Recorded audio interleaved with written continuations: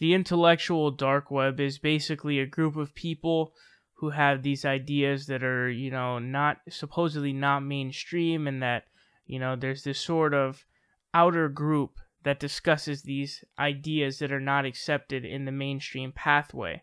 And so they're, again, I will always say the idea of calling it the intellectual dark web is quite possibly one of the dumbest things they possibly could have done, for multiple reasons. One of them being that the dark web is where you get shit like child porn. Like, what the fuck? Why would you call it that? It doesn't make any sense.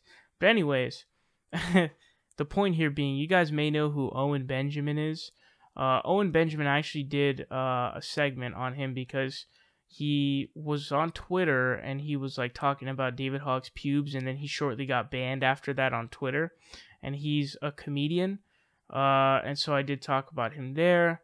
Now, it looks like the walk away movement that supposedly exists is not walking away from the Democratic Party or liberalism, but it looks like there's a walk away movement from the intellectual dark web. Check it out. I'm keeping a list of the people that when you're down, they take shots. They take little shots. And when fuck Eric Weinstein, man. When I lost my Twitter is when he told me I was bad for his brand and that we weren't going to be close friends anymore, and I was filled with too much chaos.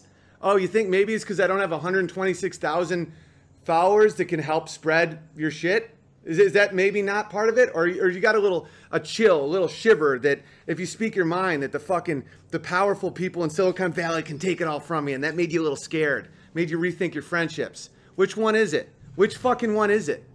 Because I know it's not chaos. Because you're friends with Joe Rogan. Joe Rogan's the most chaotic person I've ever met. Granted, he's very disciplined.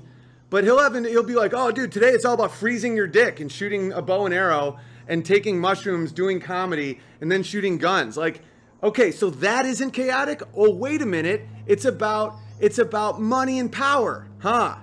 And not about ethics and not about doing the right thing or any of this shit. But I'm the bad guy, right? I'm the fucking bad guy. You bunch of coward fucks. Intellectual dark web. More like intellectual fag web. Bunch of fags.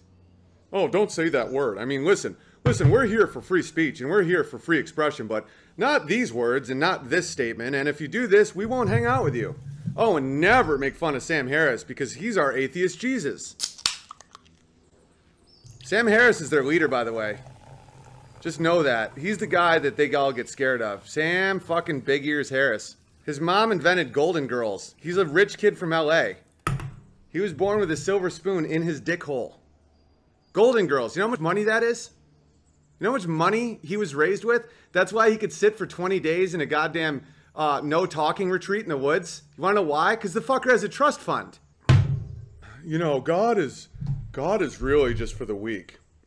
Okay, Sam. You have Dumbo ears. You have Dumbo ears, and you look like if Ben Stiller had Down syndrome. So, and Ben Stiller looks like if Tom Cruise had Down syndrome. So you're double down. You're down squared syndrome. Yes, Harris does have soft hands. I don't know. That was kind of weird, I would say. But for them to call themselves the intellectual dark web, but I guess not accept someone who's supposed to be in the dark web is sort of an interesting concept. I guess even they have their own lines, and even maybe there needs to be an intellectual dark web number 2, maybe an intellectual dark web 2.0, and intellectual dark web V2. I don't know which one is it. I'm not really sure, because it's very clear that the intellectual dark web is not engulfing all of the possible ideas. We got to talk about the ideas. Love good ideas, love great ideas. You know what I mean? So it's all about the ideas. So that is an interesting point. Another thing interesting you brought up about Sam Harris was that he was sort of born with a silver spoon in his mouth. I don't think that really changes any of his points or really my perception of him necessarily, but it is an interesting thing to note, I guess you could say. But I don't know. Let me know your guys' thoughts on this down below. It was sort of odd / weird, but let me know.